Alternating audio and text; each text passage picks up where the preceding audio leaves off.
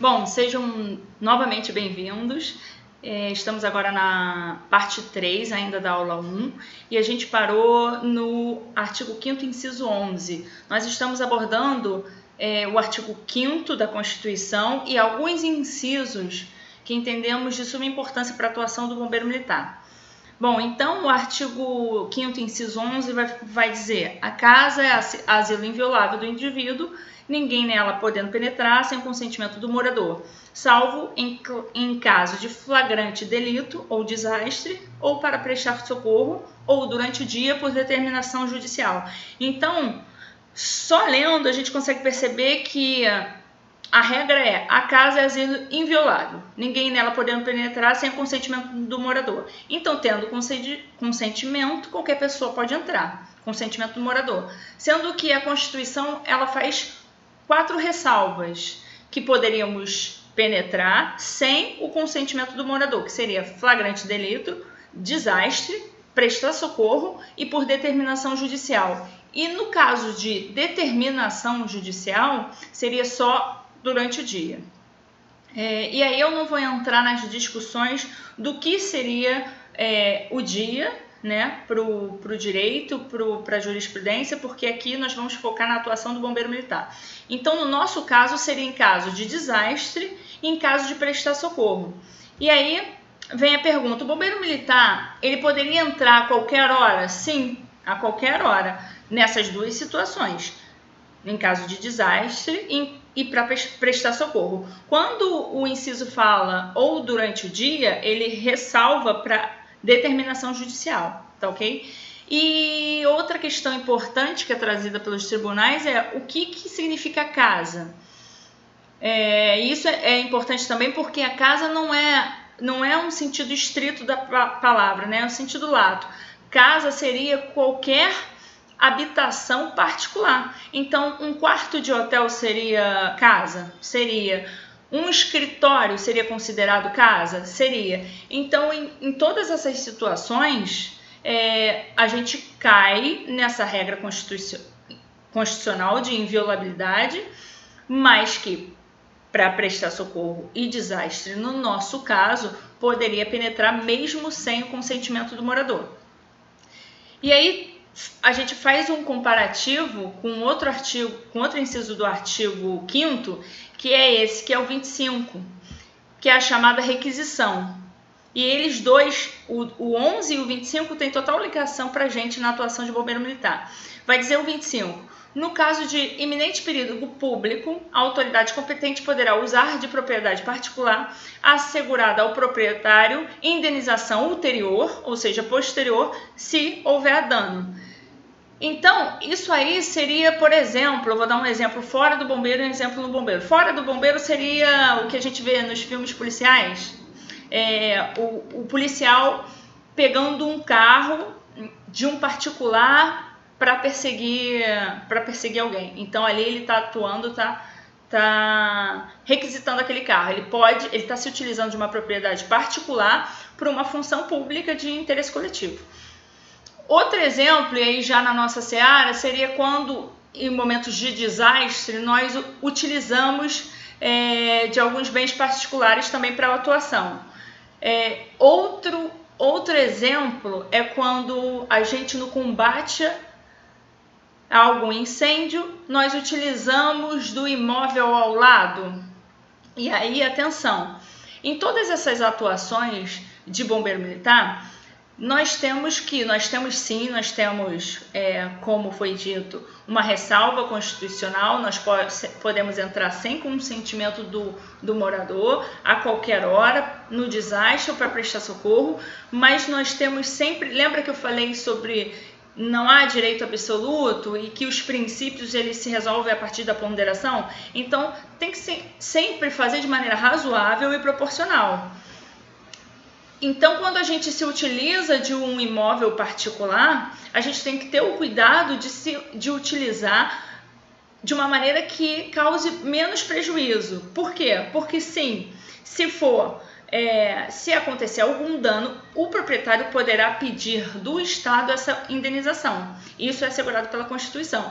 Ah, mas eu atuei de forma moderada, de forma legítima, mas mesmo assim causei um dano. Eu me utilizei da casa ao lado para combater o incêndio, sendo que eu quebrei algumas coisas dessa pessoa, eu tive que quebrar algumas coisas. Então, sim, ainda assim o Estado vai indenizar. E essa indenização é o quê? A indenização é proporcional ao dano. Então vai ficar demonstrado que o dano corresponde a X reais e o Estado vai pagar. O Estado, não o agente público.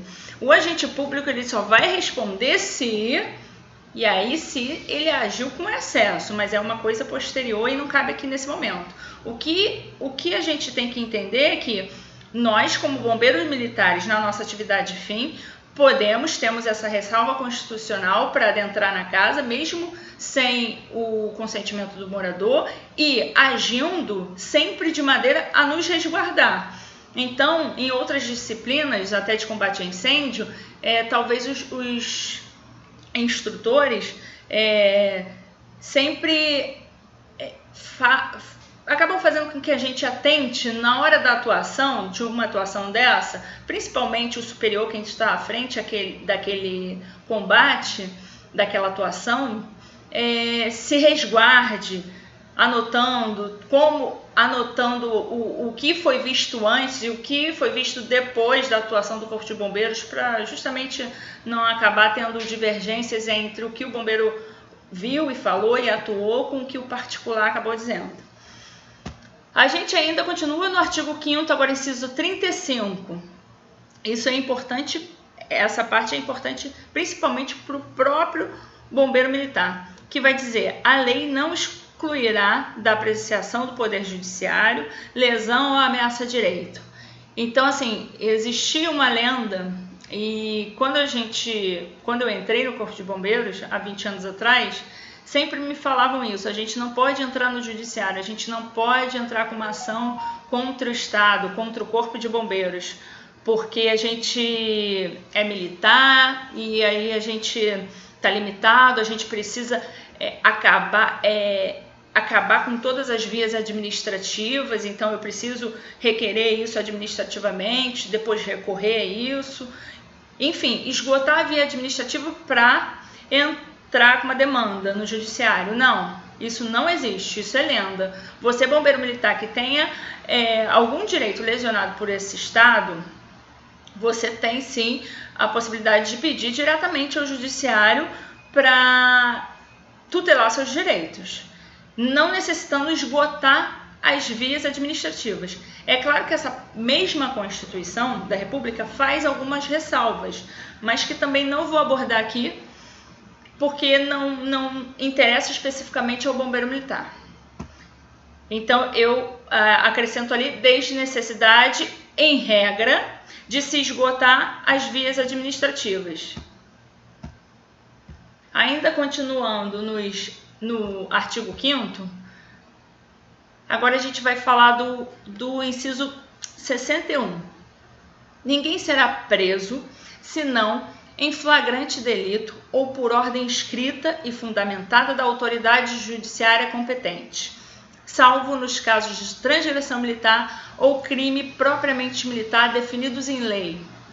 Aqui eu fiz questão de colocar esse inciso porque, para demonstrar mais uma vez o que eu falei na aula, na parte 2, se eu não me engano, quando a gente fala da questão do anonimato, que a gente é livre a manifestação do pensamento, sendo vedado anonimato, e eu trouxe princípios como hierarquia e disciplina.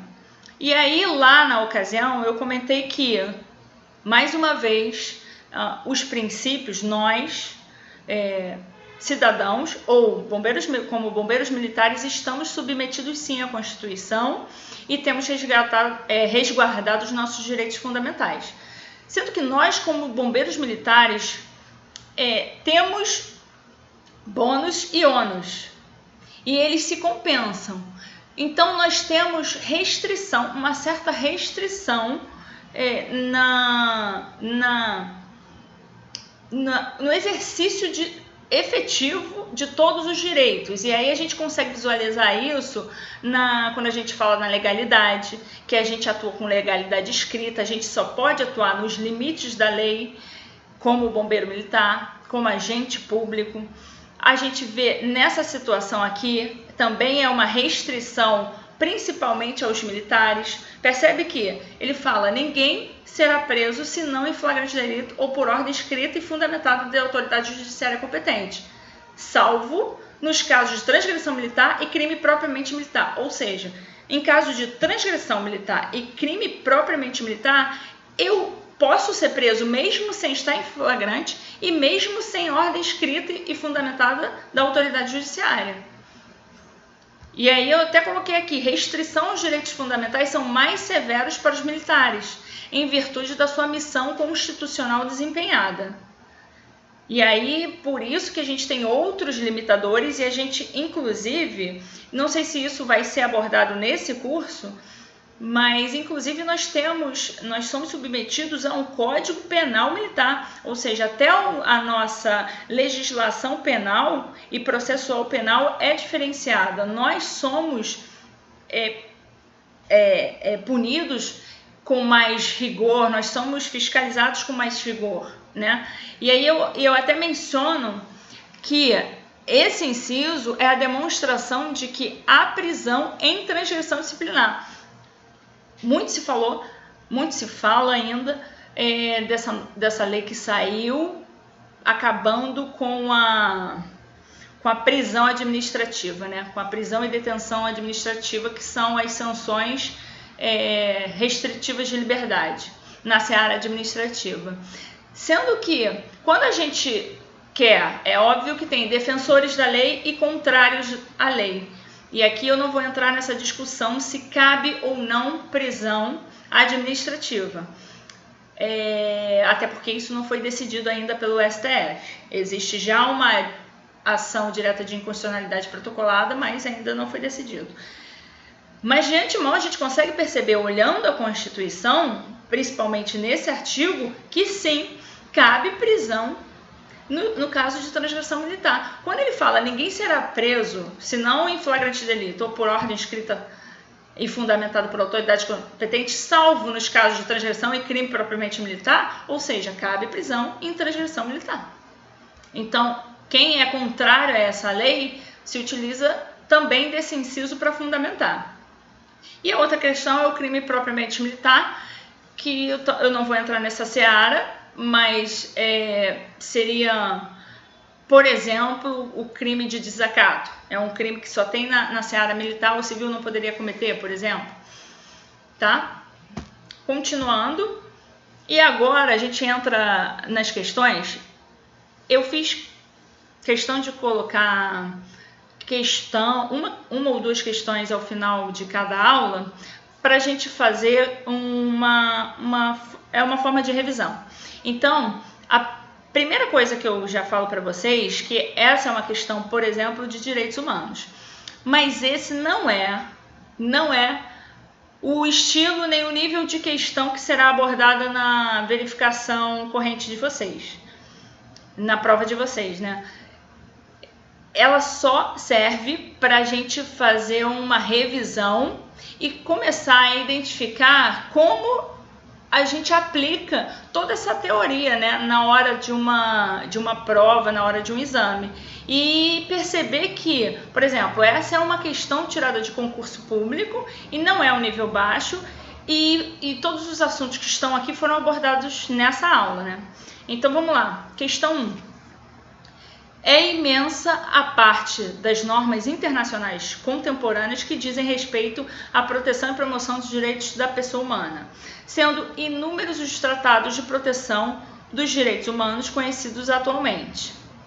A primeira premissa da qual se tem que partir ao estudo de direitos das pessoas é a de que tais direitos têm dupla proteção atualmente. Uma proteção interna, afeta o direito constitucional, e uma proteção internacional, objeto de estudo do direito internacional público. Então, o que está dizendo aí, mais ou menos, seria isso, o que a gente aprendeu nas nossas aulas. existiram vários documentos, né? Existem vários documentos sobre a proteção de direitos humanos. A gente elencou alguns deles, que foi a Declaração Universal de Direitos Humanos, aquela Declaração de Direitos do Homem e do Cidadão lá da França, a Declaração de Direitos de Virgínia, que foi nos Estados Unidos. Então tem uma série de documentos que falam sobre o mesmo tema, direitos humanos. E aí tem uma proteção interna, e eu acabei de ver isso com vocês. Eu fiz um quadro comparativo da Declaração Universal de Direitos Humanos com a nossa Constituição. E a gente pode perceber que, na verdade, a nossa Constituição, ela trouxe praticamente a Declaração de Direitos Humanos toda para dentro dela. Então a gente tem dentro, no nosso direito constitucional, na nossa proteção interna, a proteção aos direitos fundamentais, a proteção aos direitos humanos. E aí a gente tem também uma proteção internacional, que aí é quando o Estado viola direitos constitucionais, e aí a gente recorre à ONU, a gente recorre à Corte Internacional de Direitos Humanos. Então, essa seria uma proteção internacional que é estudada em direito internacional público. A gente focou mais aqui no direito constitucional na nossa Constituição.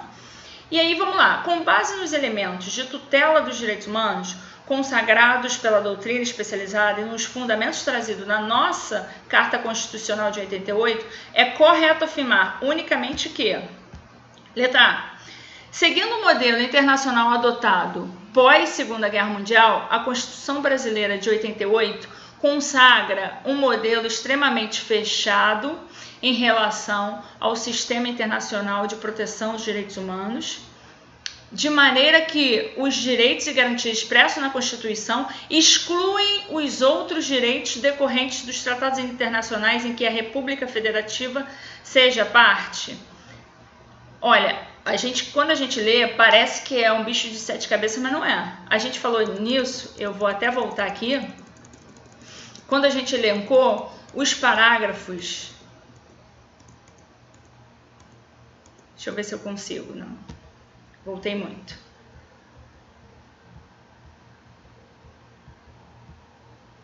A gente fala das dimensões, as características, quando a gente fez o comparativo, sim, aplicabilidade aqui. Quando a gente fala do artigo 5º, o parágrafo 2º fala assim: os direitos e garantias expressos nesta Constituição não excluem outros decorrentes do regime e dos princípios por ela adotados ou dos tratados internacionais em que a República Federativa do Brasil seja parte.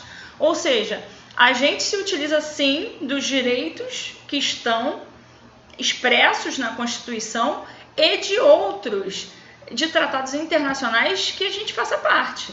E, inclusive, o parágrafo 3º vai falar que se esse tratado for votado como um quórum de emenda constitucional, ele terá status de Constituição.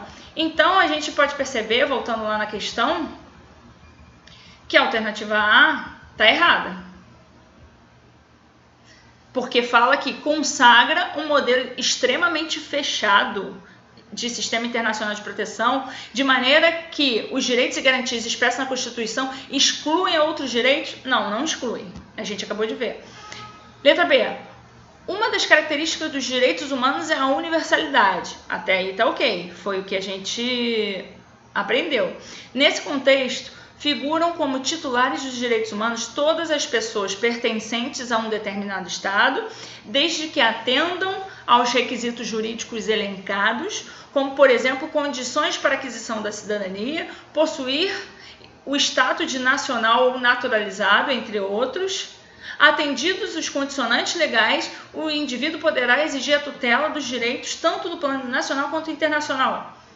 Bom, tá errado, né? Porque se eu acabei de dizer que a característica dos direitos humanos é universal, ela é universal mesmo, ela não tem condicionantes, ela é inerente ao ser humano. É um direito fundamental, é um direito humano. Então, só dela ser, a gente brinca e fala que é isso, assim, só dela ser a pessoa humana, ela sim tem direitos. E são esses direitos mínimos que são tutelados e resguardados, né? E quando aí a questão fala que ela precisa atender condicionantes, a gente já não está mais falando da característica da universalidade. Vamos continuar. Letra C. Como diretriz para o tratamento da hierarquia dos direitos dos tratados internacionais de direitos humanos no ordenamento jurídico pátrio, os tratados e convenções internacionais sobre direitos humanos que forem aprovados em cada casa do Congresso Nacional, em 2 turnos, por 3/5 dos votos dos respectivos membros, serão equivalentes às emendas constitucionais. Bom, parece que essa é a certa, porque é aquele parágrafo 3º do artigo 5º, que vai dizer que se o Tratado Internacional sobre Direitos Humanos, que a gente faça parte, for incluído no ordenamento jurídico, preenchendo todos os requisitos, a forma e o quórum de votação de uma emenda constitucional, esse tratado passa a ter status de emenda constitucional. Então, parece estar correto. E a letra D. O Brasil, por questões políticas e ideológicas, até o presente momento, não ratificou, incorporou ou inseriu em sua ordem interna nenhum tratado internacional significativo sobre direitos humanos, pertencente ao Sistema Global de Proteção de Direitos Humanos, também cognominado de Sistema das Nações Unidas. A gente não chegou a abordar isso, mas eu acho que foi legal colocar aqui, porque as outras a gente conseguiu fazer uma revisão geral sobre direitos humanos, e essa aqui é só para demonstrar para vocês que, na verdade, a gente, sim, faz parte de vários tratados internacionais sobre direitos humanos. E aqui a questão está falando que a gente, até o presente momento, não ratificou, incorporou ou inseriu nenhum. Inclusive, um que a gente ratificou é o Pacto São José da Costa Rica, que é um tratado internacional de direitos humanos, e ele não tem status de emenda constitucional, mas é um tratado internacional de direitos humanos, e é muito falado na mídia, muito falado em jurisprudência, inclusive quando a gente fala daquela prisão em segunda instância, que vocês com certeza já ouviram falar, né? Então, vamos lá, aí aqui é a correção, e aí em cada correção eu coloco por que está errada, para depois vocês derem uma olhada. A C é a correta, olha lá, artigo 5º, parágrafo 3º, que fala do status de emenda constitucional. E a D, eu trouxe alguns exemplos que o Brasil faz parte, né? Alguns exemplos de convenção, tratado, protocolo que o Brasil faça parte. E uma última questão, também para revisar o que a gente aprendeu. Questão 2. Gerson, ao retornar do trabalho, foi surpreendido com a presença dos bombeiros no quintal de sua casa, pois estavam realizando o resgate de 5 pessoas que foram soterradas pelo deslizamento de terra do morro dos fundos do seu imóvel. Os bombeiros foram obrigados a demolir parte da casa do Gerson para poder posicionar uma máquina a fim de auxiliar o resgate, causando extremo dano no valor de R$70 mil ao imóvel. Segundo o inciso 25 do artigo 5º da Constituição Federal, os danos causados pela autoridade competente na casa de Gerson, e aí, só retomando o que a gente falou, isso aí é um caso de requisição, né? E ele até cita o inciso ali, mas não precisaria nem falar, porque a atuação do bombeiro militar, a gente pode sim atuar, a gente pode sim fazer tudo que fosse necessário para salvar vidas, em caso de desastre, em caso de socorro, mas se a gente causar algum dano, o particular ele pode ser ressarcido, né? Ele será indenizado posteriormente por esse Estado e de maneira proporcional. E aí vamos ver as questões. Letra A, não serão indenizados por quem era caso de perigo público? Não. Serão passíveis de indenização ulterior? É o que o inciso fala. Não serão indenizados porque os bombeiros estão autorizados, em caso de perigo público, a ingressar em qualquer imóvel? Sim, estamos autorizados a ingressar em qualquer imóvel em caso de perigo público, mas a gente não está autorizado a fazer qualquer coisa. E mesmo que façamos de maneira legítima e cause dano, cause um prejuízo, o Estado ele tem que ressarcir esse particular. E D, serão indenizados até o limite máximo de R$10 mil? E E, serão indenizados até o limite máximo de R$50 mil? Bom, a Constituição ela não colocou valores, mas o entendimento é que essa indenização é proporcional. E aí foi um dano de 70 mil, essa indenização seria de 70 mil. Então aqui a resposta correta seria a alternativa B. E aí sabemos que no caso de iminente perigo público, a autoridade competente poderá usar a propriedade particular. Entretanto, assegura-se ao proprietário indenização ulterior se houver dano. Artigo 5º, inciso 25, é a chamada requisição. Em suma, sem dano não há indenização. Havendo dano, haverá indenização, mas ela será posterior, né?